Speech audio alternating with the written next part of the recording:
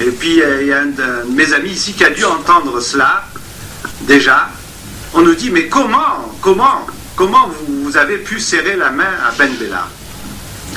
Comment vous, qui avez été plutôt malmené de 62 à 65, vous qui avez été condamné à mort à l'époque de Ben Bella, comment vous avez pu signer un accord avec lui?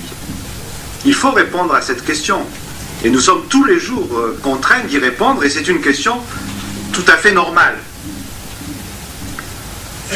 À cela, nous disons que le contact avec Ben Bella ne remonte pas à 1985, que alors que nous étions détenus dans les années 64, déjà, en prison même, nous avons eu des contacts, et déjà, nos militants qui étaient en liberté et qui étaient dans le maquis ont eu à discuter avec des représentants du Front de Libération Nationale de l'époque, notamment les frères Libjaoui, Aït el-Hussein, Zoubir Bouadjadj, etc., qui représentaient le Front de Libération Nationale.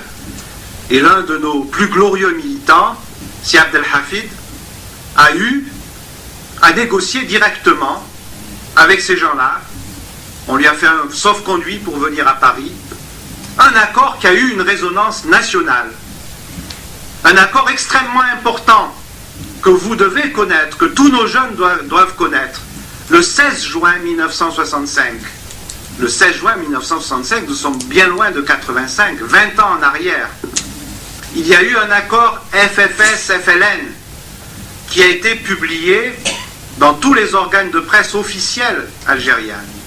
Et cet accord, qui concrétisait sur le terrain un cessez-le-feu en Kabylie, et qui prévoyait la libération de tous les détenus politiques, ouvrait la voie à la construction démocratique de l'Algérie, parce que pour une fois, dans l'histoire de notre pays, eh bien notre parti était pratiquement reconnu de fait par le parti unique. C'était un événement considérable. Et d'ailleurs, beaucoup de gens qui entouraient Ben Bella, immédiatement après la signature de l'accord, ont fait pression sur lui pour tenter de le faire revenir sur l'accord. Et je dois dire que la veille de son arrestation, il avait amenuisé la portée de cet accord. Mais la conjoncture était certainement difficile. Cela venait notamment après l'éviction de Bouteflika du poste de ministre des Affaires étrangères.